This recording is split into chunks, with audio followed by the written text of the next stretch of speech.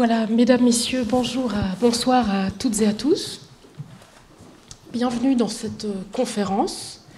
Ce soir, nous sommes très heureux d'accueillir le professeur Slim Lagmani.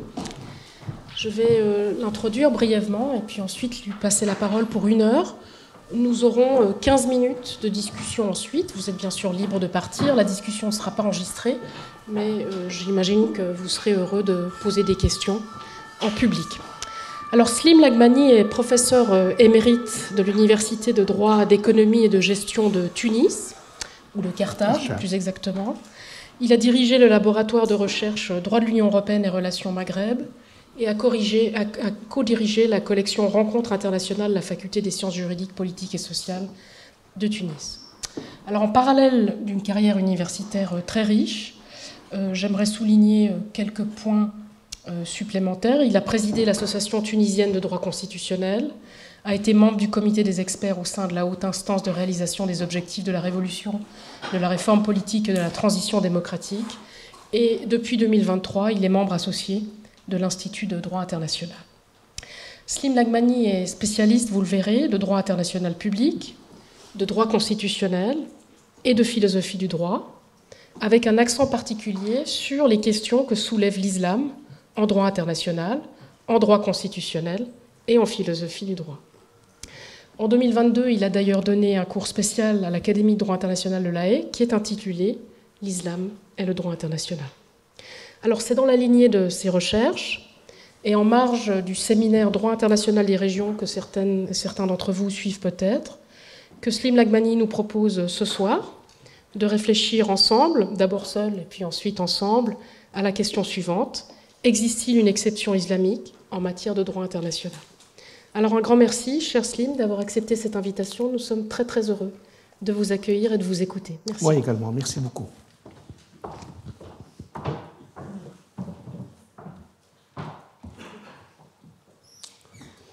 Mesdames et messieurs, c'est un plaisir d'être ici, un plaisir de délivrer cette conférence qui porte comme Madame la professeure Besson vient de le dire, y a-t-il une exception islamique en matière de droit international?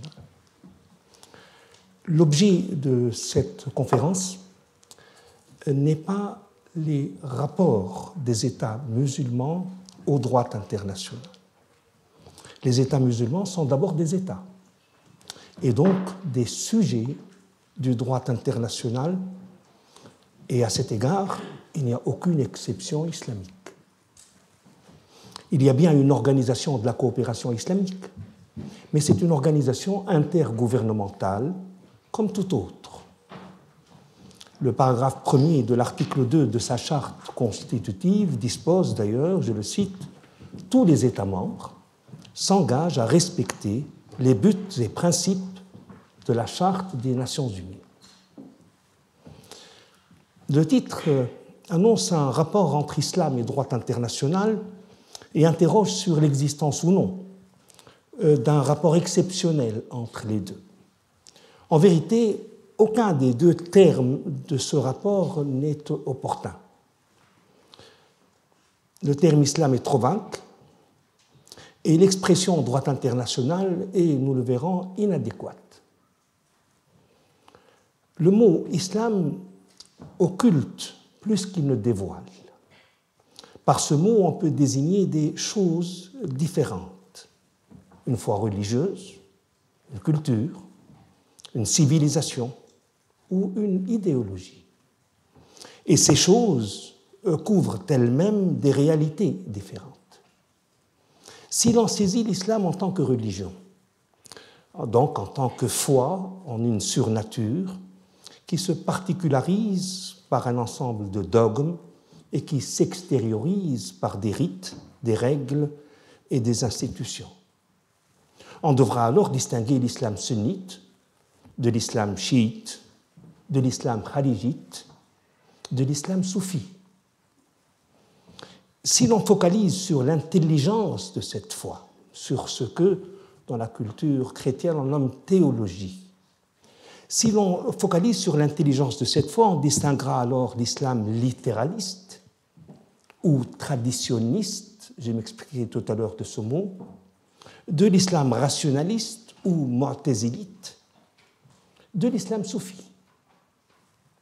Si l'on entend par islam une culture, l'aspect immatériel d'une civilisation et une manière d'être au monde, on distinguera alors l'islam arabe de l'islam noir, l'islam asiatique, de même qu'on opposera l'islam savant à l'islam populaire. Par islam, on peut enfin également désigner des idéologies. L'islam officiel, le mouvement des frères musulmans, l'islam salafi, qu'il soit politique ou djihadiste. Par ce mot, on peut désigner une civilisation. La civilisation arabo-musulmane du 7e au 13e siècle que Dominique et Janine Sourdel ont nommé la civilisation de l'islam classique. C'est dans ce dernier sens que nous l'utiliserons, principalement dans cette conférence. Quand nous ferons usage des autres acceptions, selon les besoins de l'analyse, nous le préciserons. Ce choix s'imposait du fait qu'avant la naissance et l'épanouissement de la civilisation musulmane, la question du rapport de l'islam aux droits des gens ne se posait évidemment pas. Et que depuis l'apparition des États modernes, des États musulmans modernes, soumis au droit international, de la même manière que tous les autres États, la question ne se pose plus. Ceci pour le terme islam. Quant à l'expression droit international, j'en ai dit qu'elle était inadéquate.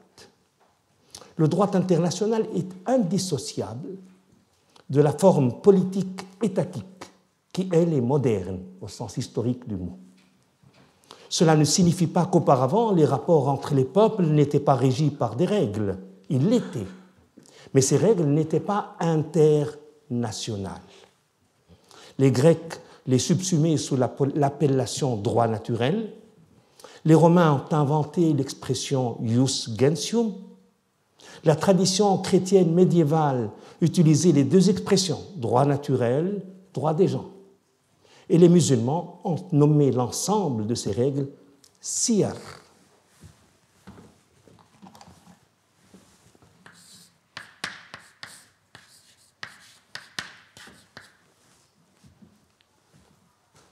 Ces précisions nous mènent donc à reformuler la question qui intitule cette conférence. Est-ce que le droit des gens, développé par la civilisation islamique, constitue une exception? Est-ce qu'il déroge à la norme? Encore faut-il déterminer cette loi commune, cette règle générale à laquelle il dérogerait. Cela ne peut pas être le droit international puisqu'il n'existait pas. Le De Iure Belli ac Pacis de Grotius a été publié en 1625. Quant à l'expression même international law, droit international, elle a pour origine le philosophe britannique Jeremy Bentham et apparaît pour la première fois en 1780. Emmanuel Kant, dans sa doctrine du droit, lui va nommer cette branche du droit Staatenrecht, droit des États,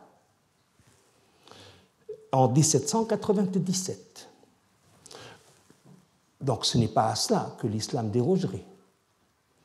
Cette norme à laquelle il dérogerait n'existait pas au moment où il a développé son corpus juridique relatif aux droits des peuples. Cela ne peut être, et s'il y a exception, s'il y a dérogation, cela ne peut être que par rapport aux droits des gens antiques et médiéval. Et notre propos est de montrer que le corpus iuris, nommé siyar par ses auteurs, qui sont les fuqaha, c'est un terme, fuqaha, c'est le pluriel de faqih, qu'on traduit approximativement, nous le verrons, par jurisconsulte et par droit, mais de manière très maladroite, on le verra tout à l'heure. Donc, ce corpus juris n'est en rien exceptionnel et il s'apparente aussi bien dans sa structure que dans son contenu aux autres manifestations du droit des gens antiques et médiéval. La clé de son explication est d'ailleurs la même que celle des autres manifestations du droit des gens antiques et médiéval.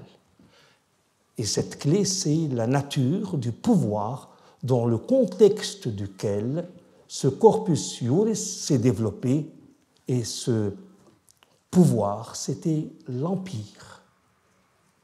Nous verrons enfin, en troisième lieu, que le fait que ce corpus ait survécu à l'Empire s'explique par l'orthodoxie théologico-juridique qu'il a sacralisée et qu'à ce point de vue aussi, il n'y a pas d'exception.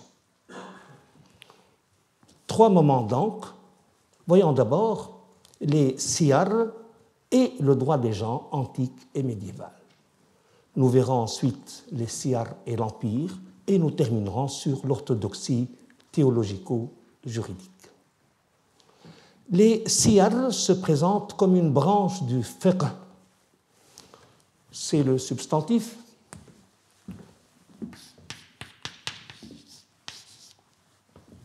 Fiqh qu'on traduit également, mais de manière tout à fait erronée, par droit musulman. Nous verrons tout à l'heure pourquoi. Le mot siyar, c'est un pluriel, le pluriel de sira.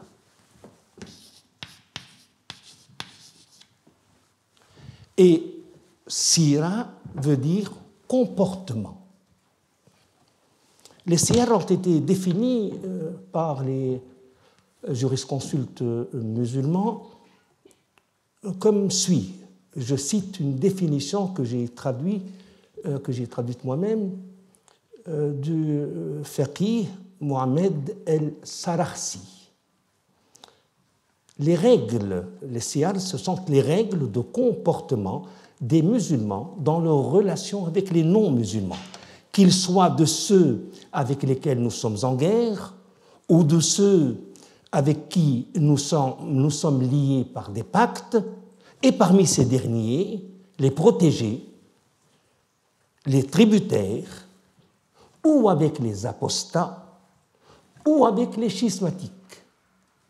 C'est-à-dire que ça couvre une altérité multiforme. Il peut s'agir d'autres peuples, il peut s'agir de musulmans qui ont renié l'islam, il peut s'agir également de musulmans qui ont développé des thèses considérées comme impies.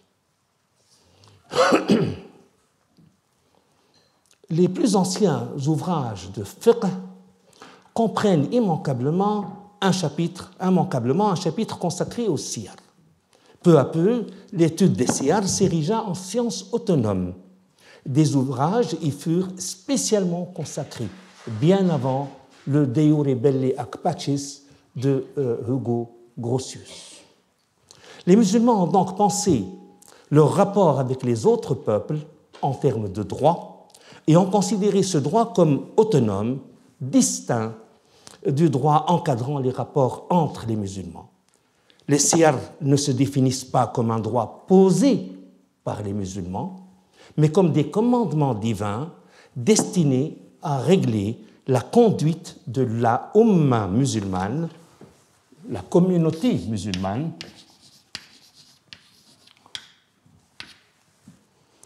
avec les autres peuples. Par ailleurs, les siyar étaient aussi bien un droit régulant les rapports entre les peuples que les rapports des individus relevant ou appartenant à des peuples différents. Sa matière relève de ce que nous nommerions aujourd'hui le droit international, mais aussi droit interne, droit international privé. En cela aussi, les siyar se distinguent du droit international public et s'apparentent dans leur structure et dans leur contenu aux autres manifestations du droit des gens antiques et médiéval. Nous envisagerons donc successivement les règles régissant les rapports entre les peuples, d'une part, et les règles régissant des rapports où un individu est partie, d'autre part. règles régissant les rapports de la Ummah musulmane aux autres peuples. La Ummah est une unité interpersonnelle dont le ciment est la foi en une même religion. Les rapports de la Ummah aux autres peuples peuvent être de deux sortes, des rapports de guerre ou des relations de paix. Et ces deux types de rapports et leurs droits ont été envisagés par les siyar. Voyons d'abord le droit de la guerre. Comme vous savez, le droit de la guerre se scinde en deux parties. Le droit à la guerre, le jus ad bellum, et le droit dans la guerre, le jus in bello, droit humanitaire étant la partie principale de ce jus in bello. Voyons d'abord le jus ad bellum des siyar. L'analyse du droit à la guerre islamique est délicate. Nous pensons qu'il y a plusieurs lectures possibles du Coran ou de la Sunna. La Sunna, c'est l'ensemble des traditions du prophète Mohammed. La Sunna. Il y a plusieurs lectures possibles, disais-je, du Coran et de la Sunna. L'interprétation pacifiste est possible. Ces arguments sont même solides. Il suffit à cet égard de rappeler deux versets du Coran. Le premier étant « Nulle contrainte en religion, car le bon chemin s'est distingué de l'égarement ». C'est tiré de la sourate Al-Baqarah, verset 256. Et deuxième verset, je cite, « Et dit, la vérité émane de votre Seigneur, quiconque le veut qu'il croie, et quiconque le veut qu'il mécroie. » Sourate La Caverne, Al-Kahf, verset 29. Donc il y a bien des versets qui laissent à penser que l'islam peut être interprété comme étant une religion pacifiste. Mais la question n'est pas de savoir quel est le vrai sens du texte révélé ou quelle est la meilleure interprétation du Coran, indépendamment du fait que nous pensons qu'il n'y a pas de sens vrai d'un texte, que tout texte supporte plusieurs interprétations. Nous interrogeons ici l'histoire, en fait, non le Coran. Nous nous intéressons donc à la lecture dominante en la matière pendant la période de l'islam classique, 7e, 13e siècle. Cette lecture est peut-être aujourd'hui peu opportune. Elle n'en a pas moins été historiquement vraie, efficace, agissante, et nous verrons qu'elle l'est encore. En son sens large, le mot jihad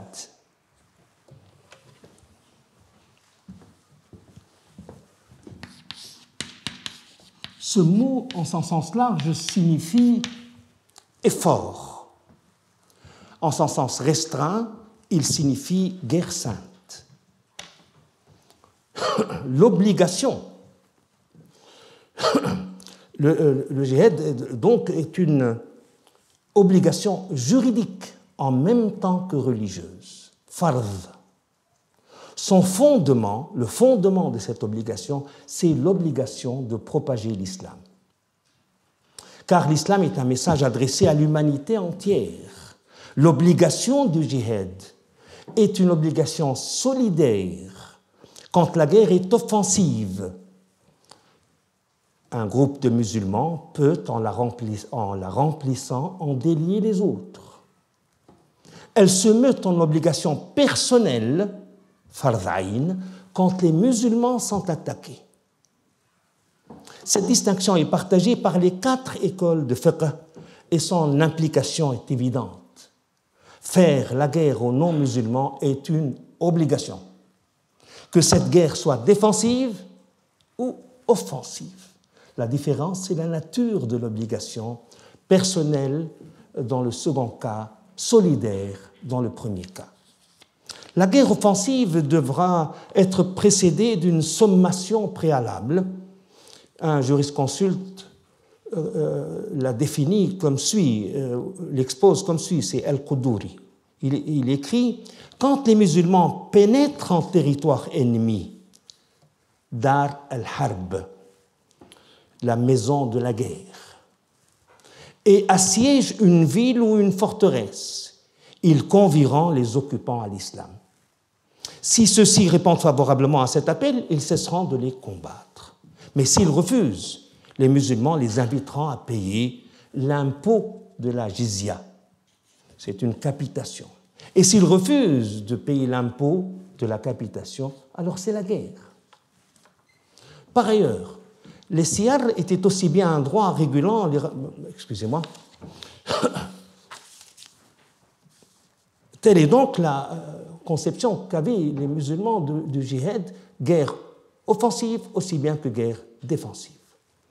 Voyons maintenant, à titre de comparaison, le jus ad bellum dans la tradition juridique grecque, romaine ou chrétienne médiévale. Pour Platon, je le cite, « Lorsque les Grecs combattent les barbares, et les barbares les Grecs, nous disons qu'ils guerroient, qu'ils sont ennemis par nature. » Les Romains considèrent la guerre comme la réalisation d'un droit par la force. Aucune condition n'est posée à la guerre contre les barbares. Rome, je le rappelle, est l'héritière de la civilisation hellénistique. La chrétienté eut d'abord à trancher le problème théologique de la licéité de la guerre. Vous savez que l'enseignement des premiers chrétiens était pacifiste. Mais l'opinion va changer avec la fin de la persécution en 313 après Jésus-Christ et l'élévation du christianisme au rang de religion officielle de l'Empire romain en 380 après Jésus-Christ. De l'interdiction originelle, l'Église passe à la permission conditionnelle pour enfin décider elle-même des guerres. Donc, pas d'exception. Le jus in bello, maintenant. La conduite de la guerre, la distinction entre combattants et non-combattants, le traitement des prisonniers sont réglementés par les siècles. Les sources de cette réglementation sont le Coran, la Sunna, auxquelles il faut ajouter des instructions, les instructions des deux premiers califes, Abu Bakr as-Siddiq et Omar ibn al-Khattab. Al-Quduri, jurisconsulte que j'ai cité tout à l'heure, résume comme suit les règles du droit humanitaire musulman. Je le cite. « Il convient que les musulmans ne commettent ni traîtrise, ni vol de butin, qu'ils n'infligent pas aux ennemis des traitements atroces. Ils ne doivent tuer ni femmes, ni vieillards décrépits, ni impubères, ni aveugles, ni infirmes, à moins que l'une de ces personnes ne donne des conseils pour la conduite de la guerre ou que la femme soit une reine. Il convient qu'il ne tue point les fous. » Fin de citation. Un droit, donc, dans la guerre assez relativement développé par rapport à ce qui se pratiquait durant la même période dans le cadre de la civilisation grecque, romaine ou chrétienne. Les Grecs n'ont enserré ou tenté d'enserrer la conduite de la guerre dans des règles juridiques strictes que quand il s'agissait de guerre entre cités hellènes. Platon et Polybe condamnent les cruautés inutiles des belligérants, mais ils limitent cette règle aux guerres dites hellènes. À son apogée, Rome considérait qu'il n'y avait pas, en dehors de l'Imperium Romanum, de l'Empire romain, qu'il n'y avait que des brigands. Et on ne respecte pas de code de conduite dans la chasse aux brigands. La guerre intra-chrétienne ne fut durant des siècles, et c'est paradoxal, soumise à aucune limitation. Il a fallu attendre le XIe siècle pour voir instituer les premières règles d'humanisation de la guerre entre chrétiens. Il s'agit notamment des institutions de la paix de Dieu, dont bénéficient certaines catégories de personnes, notamment les prêtres, et la trêve de Dieu durant les jours sacrés. Dans les guerres contre les infidèles, par contre, aucune limitation n'était conçue. Ceci pour le droit de la guerre. Voyons maintenant le droit de la paix. La paix. Le mot a aujourd'hui une signification juridique précise. La paix n'est pas seulement un fait, l'absence de guerre. C'est une situation conforme au droit international. C'est le respect de l'interdiction juridique du recours à la force. La pacification forcée d'un territoire n'est pas paix, alors que, autrefois, c'était la seule forme de paix durable. Mais les CIAR organisent une autre forme de paix précaire et révocable. C'est celle qui intervient quand deux puissances également fortes conviennent pour un temps de ne point se faire la guerre. Il y a donc une paix par la domination, d'une part, et une paix par l'équilibre, d'autre part. Paix par la domination. La Pax Islamica. Toute œuvre des CIAR sur les CIAR comprend nécessairement un chapitre sur la condition des Ahl al-Dhimma.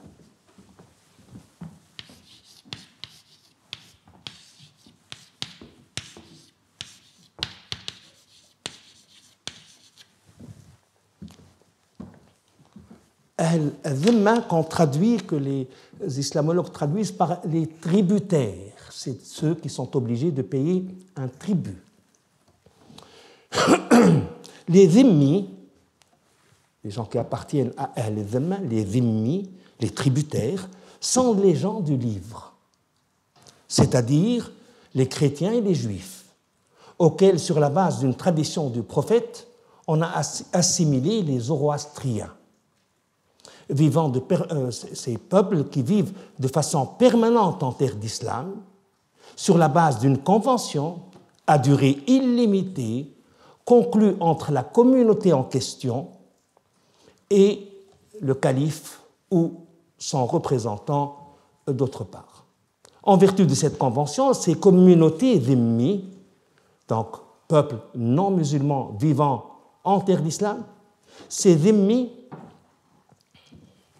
sont soumis au pouvoir musulman, sauf en matière d'obligations religieuses et de statut personnel. Et là, ils suivent les enseignements de leur propre religion. Ils doivent, en contrepartie de cette liberté, de pratiquer leur religion et de gérer leur statut personnel selon leurs propres règles, ils doivent payer l'impôt que j'ai tout à l'heure nommé la jizya, qui est une capitation, un impôt par tête. Et si leurs terres sont restées en leur propriété, ils doivent payer un impôt spécial qu'on appelle le kharaj. C'est un statut de peuple dominé. Le fondement de cette institution, Ahl al-Dhimma, est un verset coranique. Il s'agit du verset 29 de la sourate Le Repentir, Tawbah. Je cite la traduction. « Combattez ceux qui ne croient point en Dieu, ni au dernier jugement, qui ne déclarent pas illicite ce que Dieu et son prophète ont déclaré illicite, qui ne pratiquent point la religion vraie, parmi ceux ayant reçu l'écriture. » Les gens du livre. Combattez-les jusqu'à ce qu'ils payent la jizya directement et alors qu'ils seront humiliés. Donc c'est une paix par la domination, c'est une pacification. À titre de comparaison, évidemment, on ne peut pas ne pas songer à l'origine du terme Pax, c'est Pax Romana, la paix romaine. Rome est maîtresse du monde. À son apogée, c'est ainsi qu'il concevait le pouvoir romain. L'Empire était constitué de différents peuples. Au centre, le noyau, c'est le peuple romain. Ensuite, on doit considérer les peuples dits amis, les alliés, et enfin les peuples qui se sont rendus à Rome à la suite d'une guerre. Tous ces peuples étaient plus ou moins assujettis à Rome. Le droit applicable à ces peuples était le ius gentium. Ceci pour la paix par la domination. La paix par l'équilibre. L'Antiquité, autant que le Moyen-Âge, ont connu des phases d'équilibre des forces. Cet équilibre, combiné avec les nécessités de la vie, le commerce notamment, a rendu possible un droit basé sur l'égalité et la réciprocité. C'est le cas de Rome, du temps de la monarchie et du début de la République, au moment qui a précédé les guerres puniques, les guerres entre Rome et Carthage précisément. C'est également le cas du califat à partir du XIe siècle. Il y avait donc un droit de la paix. Ces institutions sont connues. Et d'abord, la règle pacta sunt servanda, le respect de la parole donnée. Ce principe a été affirmé à plusieurs reprises dans le Coran. L'exemple le plus intéressant est celui où l'obligation de respecter sa parole est posée même dans les rapports avec les polythéistes. C'est la sourate At-Tawbah, je l'ai cité tout à l'heure, versets 1 et verset 4. Je cite la traduction, « Des aveux de la part d'Allah et de son messager à l'égard des polythéistes, à l'exception de ceux avec lesquels vous avez conclu un pacte, puis ils ne vous ont pas manqué et ne vous ont manqué en rien et n'ont soutenu personne à lutter contre vous. Pour cela, respectez pleinement le pacte conclu avec eux jusqu'au terme convenu. Allah aime les pieux. » Fin de citation. Mais s'il est vrai que le respect de la parole donnée est sacré, il n'en demeure pas moins que des précautions ont été prises pour en limiter l'effet. L'opinion dominante est que la suspension de la guerre ne peut avoir effet au-delà de 10 ans. La trêve d'Al-Hudaybiyah, c'est une trêve conclue entre le prophète Mohammed et Quraysh, l'ensemble de tribus qui dominaient la Mecque, n'est-ce pas? Il y a eu une trêve entre les deux, et dans cette trêve, le délai fixé était de 10 ans. Et donc on a considéré à partir de ce précédent qu'on ne peut pas convenir de trêve qui aille au-delà de 10 ans. Il est d'ailleurs significatif que les écoles de fiqh ne se sont pas accordées sur la possibilité, en plus de Dar al-Islam, c'est-à-dire l'espace soumis à l'islam, et Dar al-Harb, c'est-à-dire l'espace soumis, l'espace de guerre, contrôlé par des non-musulmans, ils ne se sont pas accordés sur un troisième espace qui serait Dar al-Sulh, c'est-à-dire l'espace où il y a des trêves, les territoires ou les peuples avec lesquels les musulmans ont conclu des trêves, parce que cette catégorie était très limitée dans le temps et ne pouvait pas constituer une institution. Donc, paix par l'équilibre, oui, mais cette paix ne dure que le temps que dure l'équilibre, et cette paix n'est qu'une trêve en vérité. À titre de comparaison, l'existence d'un droit de la paix fondé sur l'égalité et la réciprocité dépendait, aussi bien en Grèce qu'à Rome, d'un contexte historique et non pas d'un principe juridique.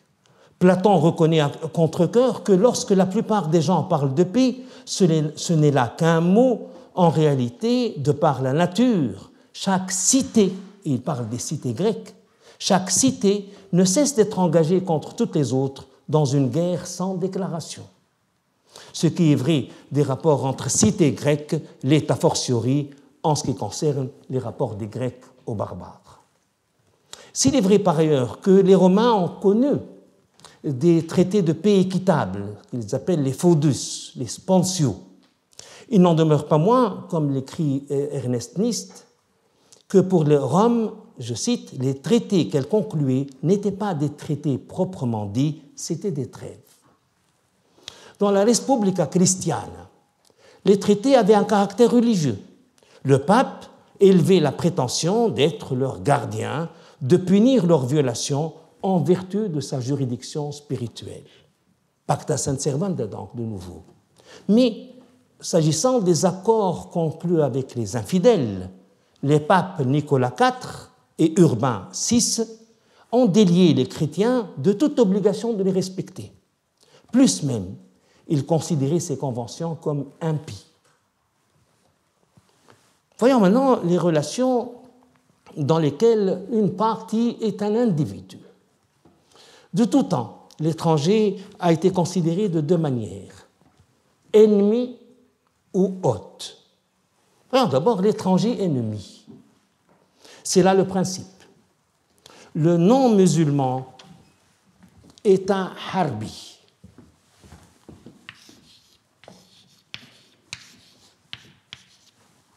Le non-musulman est un harbi, cela signifie que c'est un ennemi. On est en guerre avec lui. Le non-musulman est un harbi et les ennemis ne jouissent ni en leur corps ni en leurs biens du principe d'inviolabilité, asma. Leur sang est sans valeur et leurs biens de bonne prise. Je citais là un jurisconsulte musulman. Ibn Qudama en tire la conclusion suivante, ce même jurisconsulte, quiconque trouve et capture en territoire musulman un infidèle qui s'est par exemple égaré, eh bien il en acquiert la propriété. À titre de comparaison, déjà Homère dans l'Iliade déclarait « Tout est, je le cite, tout étranger est ennemi. Pour obtenir ce qu'il possède, on ne connaît qu'un moyen, le lui prendre. C'est un barbare, un esclave par nature, dira Aristote. » En vertu de la loi des 12 tables, 450 avant Jésus-Christ, les Romains considéraient qu'à l'égard de l'étranger, il n'y a pas de droit. Les biens qu'on trouve chez lui n'ont pas de maître. Ils sont accessibles à l'occupation. Prisonniers, ils sont esclaves. Leur tombe n'est pas res religio. Le mariage avec eux est interdit. S'agissant maintenant de la chrétienté, à partir de saint Ambroise, la chrétienté va s'aligner sur la tradition antique. L'évêque de Milan parle de la société du genre humain et les étrangers n'y entrent pas et sont considérés comme étrangers tous ceux qui ne sont pas chrétiens ou qui ne vivent pas sous la domination de l'Empire romain entre-temps christianisé. Les étrangers sont des ennemis qu'on est en droit de tuer. Voilà le principe. Et il n'est pas propre à ce qu'on nomme le droit musulman. Maintenant, l'étranger hôte, c'est l'exception. En fait, la situation de l'étranger a évolué durant l'Antiquité en fonction de l'évolution du pouvoir politique. Une fois l'Empire bien assis, définitivement constitué, voire florissant, eh bien, l'étranger ennemi cède à cette époque alors de plus en plus aux étrangers marchands. Les Siyar prévoient l'institution d'Al-Aman. Al-Aman, c'est un mot qui signifie la paix, la sûreté. Et ce statut est basé à la fois sur un verset du Coran, la sourate Tawbah, verset 6, et une tradition du prophète. L'aman, la sûreté, est en fait un contrat, exprès ou tacite, intuitu personné et temporaire, par lequel l'étranger est assuré, durant son séjour en terre d'islam, de sa personne et de ses biens. Il concerne les ressortissants de Dar al-Harb, la maison de guerre, et notamment les commerçants d'entre eux, et leur assure une immunité en quelque sorte fonctionnelle, dirions-nous aujourd'hui, et provisoire, un statut d'exception par rapport au statut général de l'étranger ennemi. Est-ce que, de ce point de vue, l'islam était une exception? Non plus. Le terme métèque, parvenu jusqu'à nous, est significatif de l'existence à Athènes d'un statut juridique spécial accordé à l'étranger. Les métèques sont les étrangers qui se sont établis dans la ville en vertu d'un décret autorisant leur venue. Les métèques sont placés sous la protection d'Athènes. Ils jouissent d'une sécurité pour leur personne et leur propriété.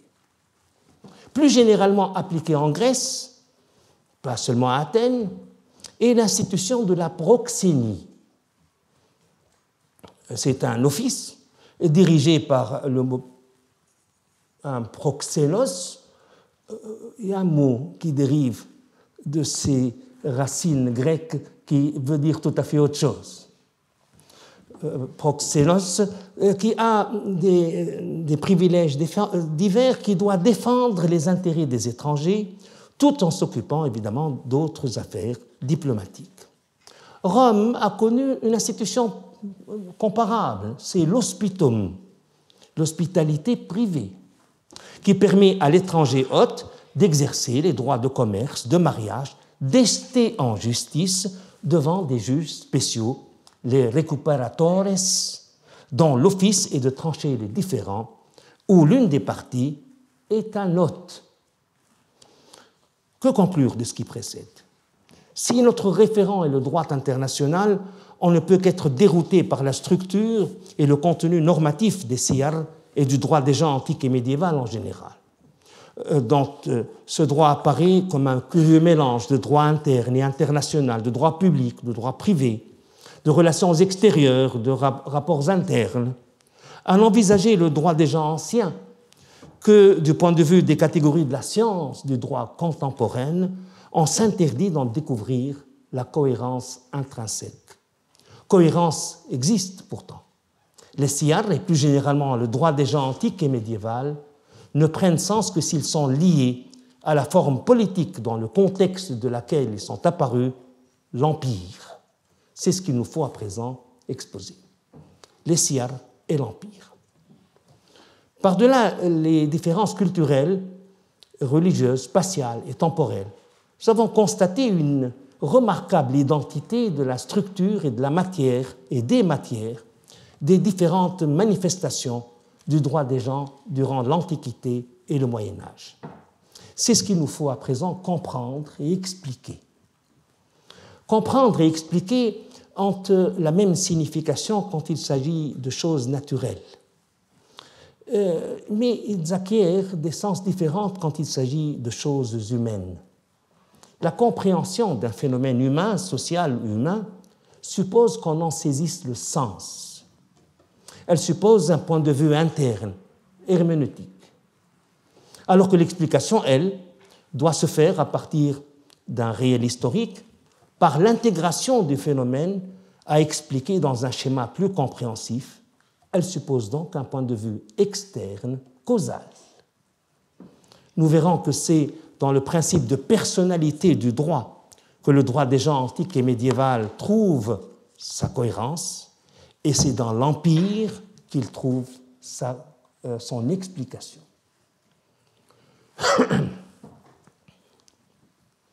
Le principe de cohérence des siyar en particulier et du droit des gens antiques et médiéval plus généralement est le principe de personnalité du droit. Le droit était d'application personnelle, non pas territoriale, comme c'est le cas de nos jours. Ce qui déclenche son application, c'est la personne, non le lieu. Le droit naturel des Grecs, le ius gentium des Romains, le droit naturel et des gens, des chrétiens, les siyar, trouvent donc application dès que les peuples différents ou leurs ressortissants entrent en contact et polissent ces rapports, même si cela a lieu à l'intérieur de l'ère de déploiement d'une puissance concernée. En sens inverse, le ius civile, le droit des citoyens à Rome, et le fiqh s'appliquent respectivement au rapport entre les citoyens romains ou entre les musulmans où qu'ils se trouvent, même à l'extérieur de l'ère de déploiement de la puissance concernée. Peu importe le lieu, la personne seule est déterminante. En pratique, d'ailleurs, le droit des gens antiques et médiéval a lieu surtout dans l'ère de déploiement de la puissance. Il n'est pas interne pour autant, car ce qui est interne, ce n'est pas ce qui a lieu dans les limites d'un territoire, mais ce qui a lieu entre soi. Et ce qui est externe, ce n'est pas ce qui se passe au dehors, mais ce qui concerne les autres. On comprend alors que la situation des peuples dominés, des pérégrins, des gens, des mousta'minines, donc qui ont reçu la sûreté du droit des gens, relève du droit des gens au même titre que le droit de la guerre. Parlant du droit romain, Maurice Bourquin écrit dans ce sens, je le cite, « On ne laissait au ius civile, le droit des citoyens, que les questions qui intéressaient uniquement les personnes de même nationalité. Dès l'instant où la question débordait ce cadre étroit, de quelque façon que ce fût, elle était soustraite au droit civil et relevée du droit des gens. » L'on comprend à présent que le droit des gens anciens s'applique aux individus aussi bien qu'au peuple, au sein d'une ère soumise à la puissance d'un seul pouvoir, aussi bien qu'entre les peuples, on le comprend. Mais comment l'expliquer? L'explication, en fait, c'est l'Empire. Le droit qui a lieu entre les peuples, aujourd'hui comme hier, est déterminé par les rapports réels entre ces peuples, et notamment par les rapports de force qui président à ces relations. Les rapports entre les peuples sont à leur tour déterminés par la nature des acteurs, des acteurs. En fait, c'est la nature des joueurs qui détermine les règles d'un jeu. Cet acteur est aujourd'hui l'État, et son caractère distinctif est la souveraineté.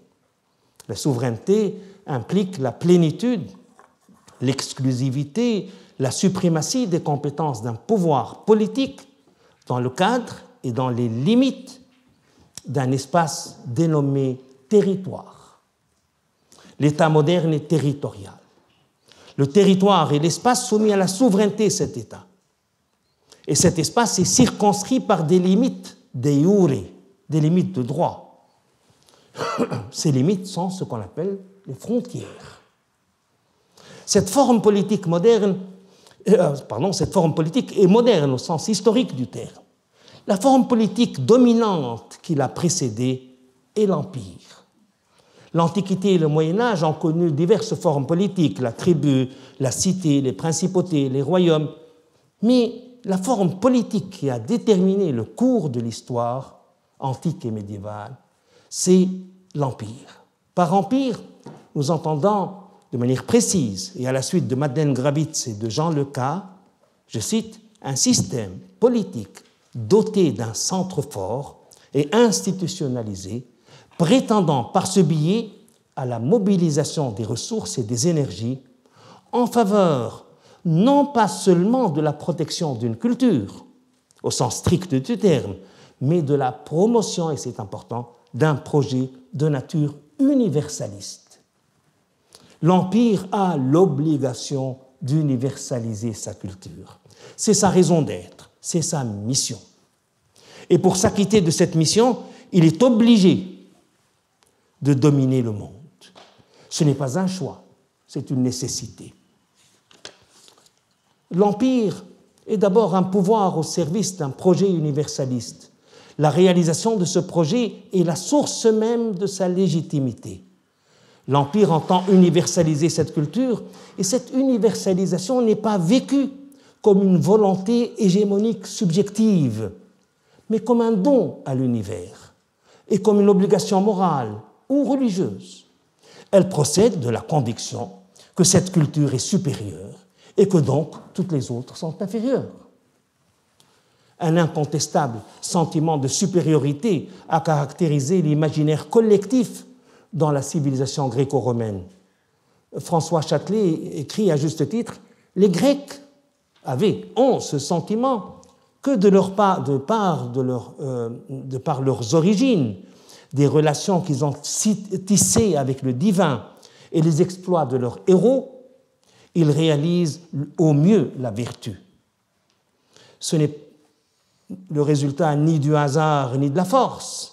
Il provient d'un don de la nature et des dieux que les fils d'Hellène ont su faire fructifier par leur intelligence.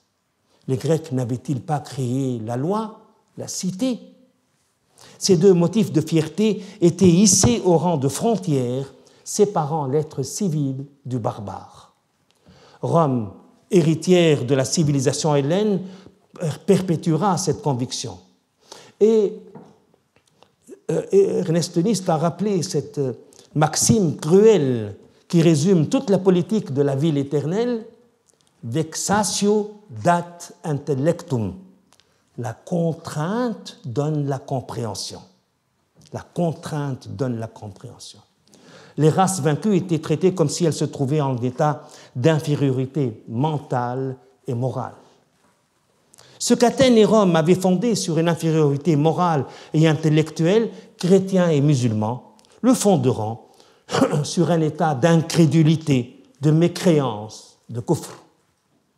La foi en une religion ne permet de percevoir l'autre qu'en tant qu'inférieur. L'autre n'est par définition susceptible d'aucun respect puisqu'il est dans l'erreur, pire, dans le péché. Il est par définition aveugle puisque non éclairé par la foi, grâce ou hymen. Ignorant puisque ne sachant pas l'unique vérité. Cette mission d'universalisation par l'empire de sa culture est un bienfait pour l'humanité. Mais comme l'aveugle ne voit pas, et comme l'ignorant est entêté, alors cette universalisation passera nécessairement par la domination.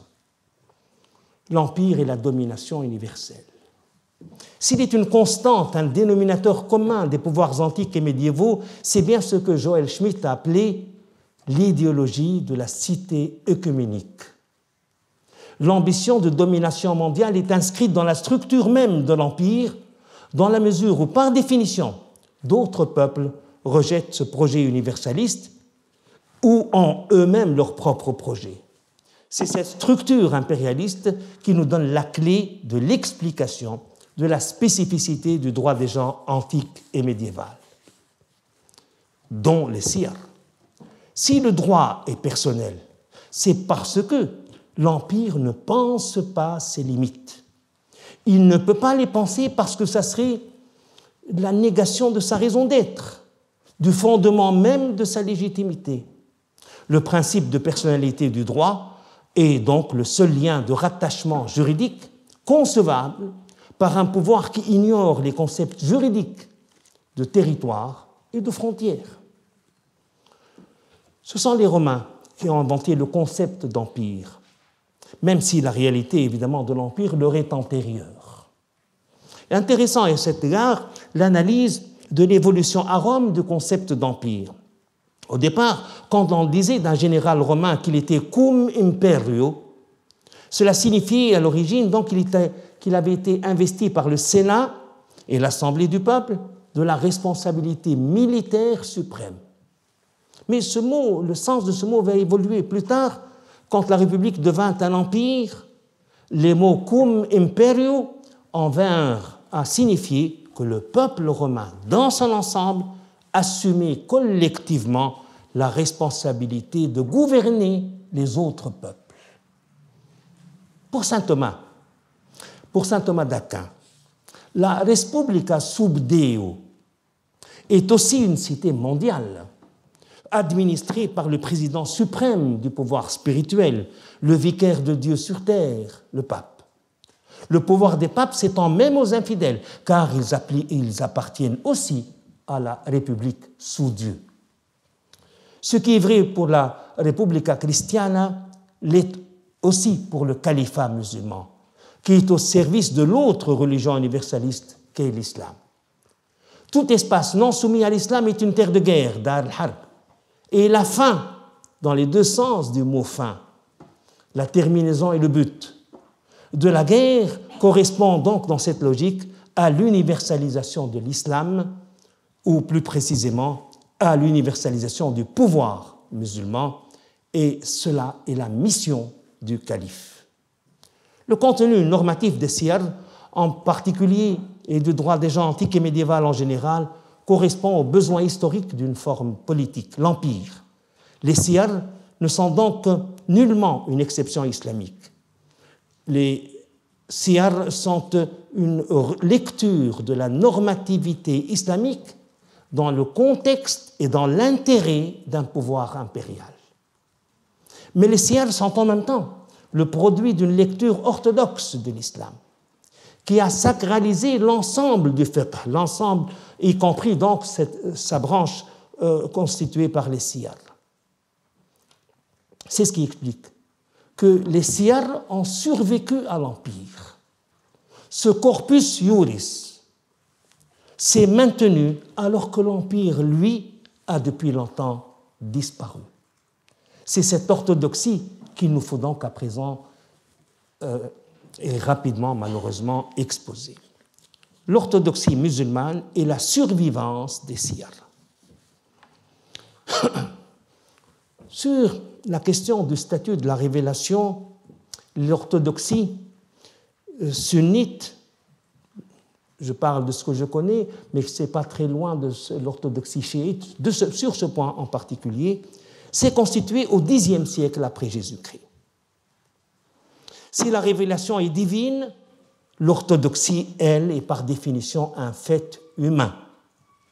Elle se situe dans l'histoire et peut être définie comme la lecture dominante d'un dogme donné.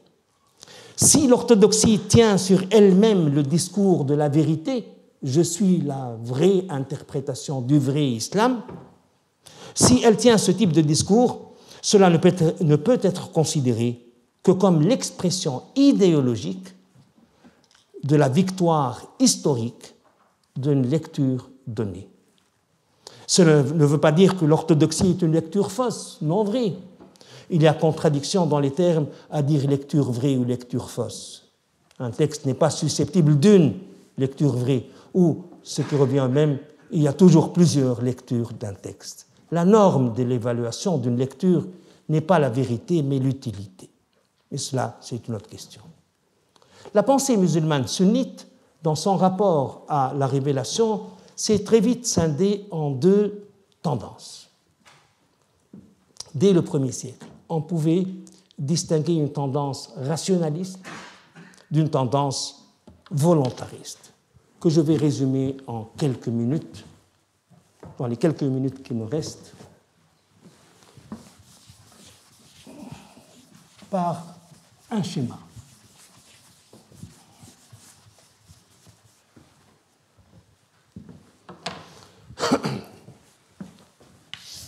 Qui serait une sorte de triangle. Au sommet de ce triangle, Dieu.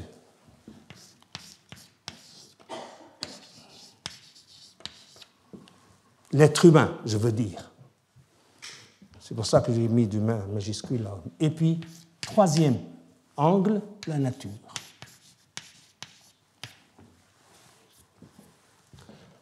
Tout va se jouer sur un postulat. Comment conçoit-on Dieu? Si Dieu est conçu comme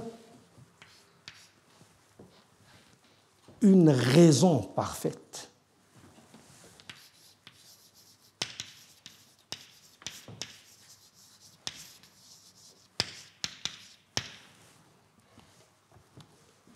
qui ne veut que le bien de ses créatures,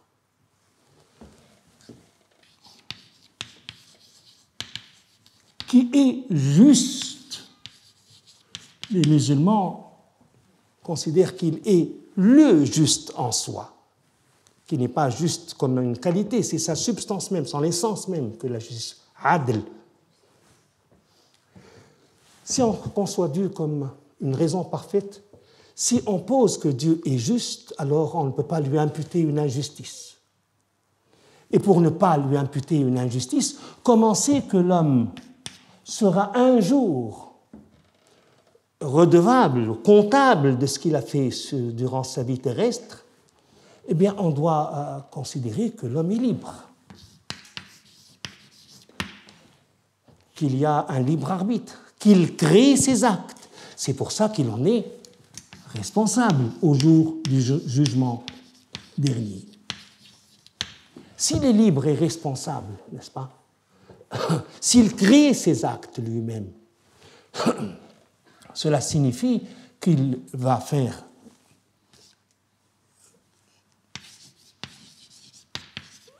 agir sa raison, qui va lui permettre de distinguer entre ce qui est bien, ce qui est beau, disent les philosophes musulmans, et ce qui est laid.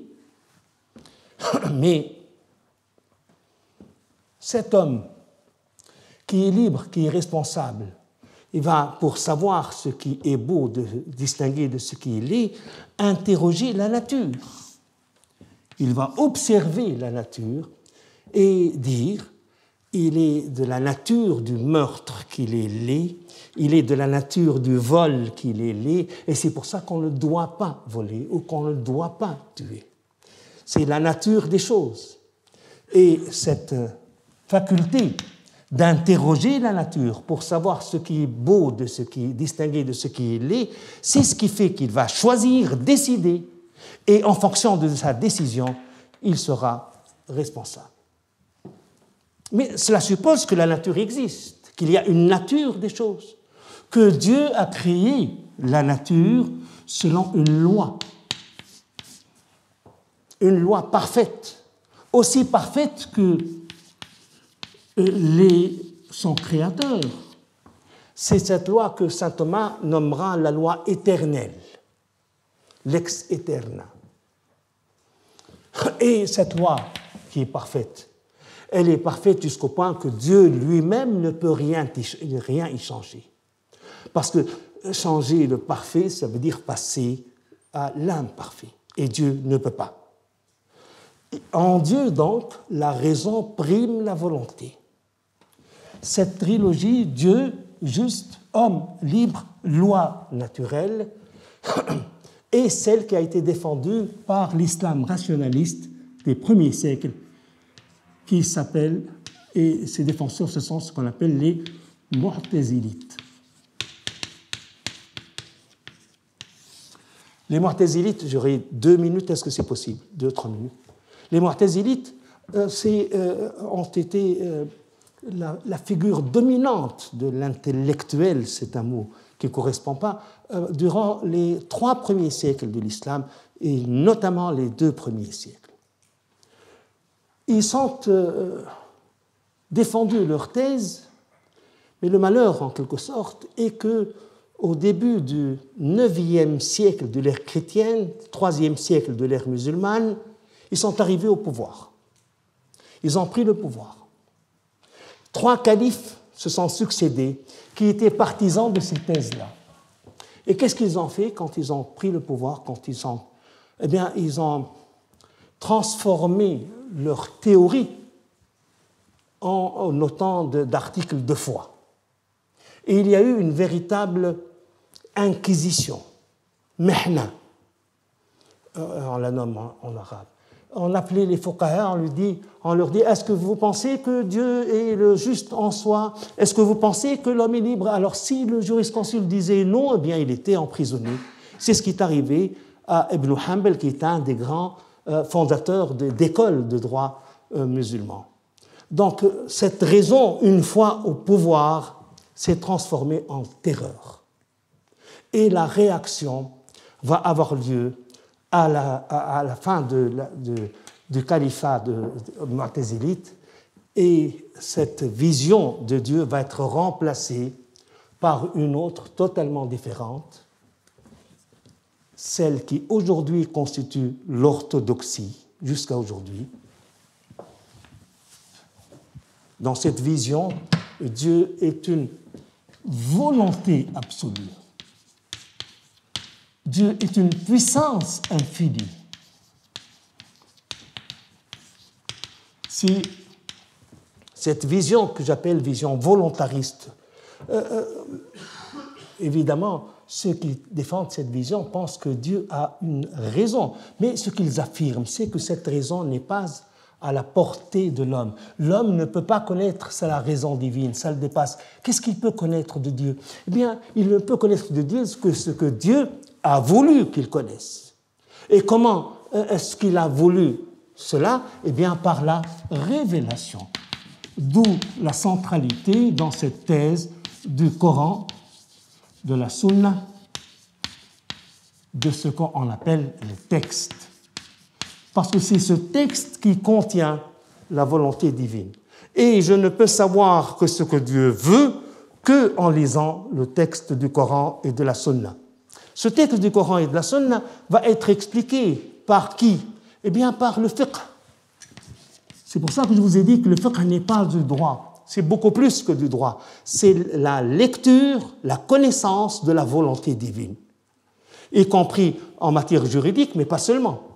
en tout domaine. Centralité du fiqh. Si Dieu est une volonté, une puissance infinie, le fiqh, donc le texte de la sunna, le texte du Coran, tel qu'il a été interprété à cette période-là, dont je parlais, la période de l'Empire, va être sacralisé, sanctifié. Et dans cette perspective, cet homme ne peut pas être libre, parce que s'il était libre, sa liberté serait une limite à quoi? Une limite à la puissance divine. S'il crée ses actes, ça veut dire que Dieu ne le crée pas. Mais si Dieu ne le crée pas, ça veut dire que la puissance divine est limitée, ce qui est inconcevable. Et donc, on va dire que l'homme est prédestiné. Il est responsable et prédestiné. Ben oui, il est responsable et prédestiné. C'est Dieu qui le veut ainsi. Et on ne discute pas les jugements divins. La nature, elle, ne peut pas être gouvernée par une loi. Parce que si elle était gouvernée par une loi, Dieu ne pourrait pas la changer, mais cela limiterait sa puissance. Résultat, la nature, c'est la création de tout instant, une création permanente. Et il n'y a pas de causalité. À tout moment, en tout instant, tout ce qui advient est la conséquence d'une volonté divine et non pas d'une loi naturelle que Dieu ne pourrait pas changer parce que cela serait méconnaître la finie puissance de Dieu. C'est cette vision qui, si vous prenez un jour en avion une compagnie tunisienne par exemple, un peu avant l'atterrissage, vous allez entendre le pilote dire « Nous atterrirons bientôt, Inch'Allah, si Dieu le veut ». Ça veut dire que le pilote n'est pas sûr de ses compétences. Non, c'est là l'effet de cette vision, parce que c'est Dieu qui voudra que l'avion atterrisse, et non pas le pilote. Négation de la causalité, il n'y a pas de loi de la nature est une création permanente, l'homme est prédestiné, et toute connaissance que peut avoir l'homme, il l'a du fiqh. Parce que c'est la connaissance de la révélation, la source de l'unique vérité. Et les siyar dont on parlait sont une partie de ce fiqh, constituée durant cette période. À partir de là, on s'explique que les siyar ont survécu à l'Empire, qui pourtant a déterminé leur contenu. Et si aujourd'hui, un imam de mosquée, dans son prêche de vendredi, traite de questions des siyar, eh bien, il va répéter ce qu'ont dit les anciens de cette période-là. Parce que pour lui, ce n'est pas du droit international qu'il est en train d'expliquer, c'est la volonté divine. Ce droit impérial, qui a une cause historique, en fait, cette lecture orthodoxe a fait qu'il devient anhistorique, qu'il survit à l'Empire. On oppose toujours l'islam officiel à l'islam des terroristes, entre femmes, des djihadistes. Mais en vérité, sur le fond, il n'y a pas de différence. Parce que l'islam qu'on enseigne dans les écoles, l'islam officiel de l'État, eh bien, c'est le même que celui du djihadiste. Quelle différence entre eux? Ce n'est pas le contenu du texte, c'est le même. Ce n'est pas l'interprétation, c'est la même. C'est une décision politique. Est-ce que je la mets en œuvre ou pas? L'État, les États musulmans entendent dominer la religion et la réduire à une instance de légitimation, uniquement. Alors que les djihadistes, eux, entendent appliquer cette religion et soumettre les États à cette loi. C'est ça la différence. Ce n'est pas une différence relative au fond, au contenu, c'est une différence relative au point de vue, à la politique. Voilà, je vous remercie.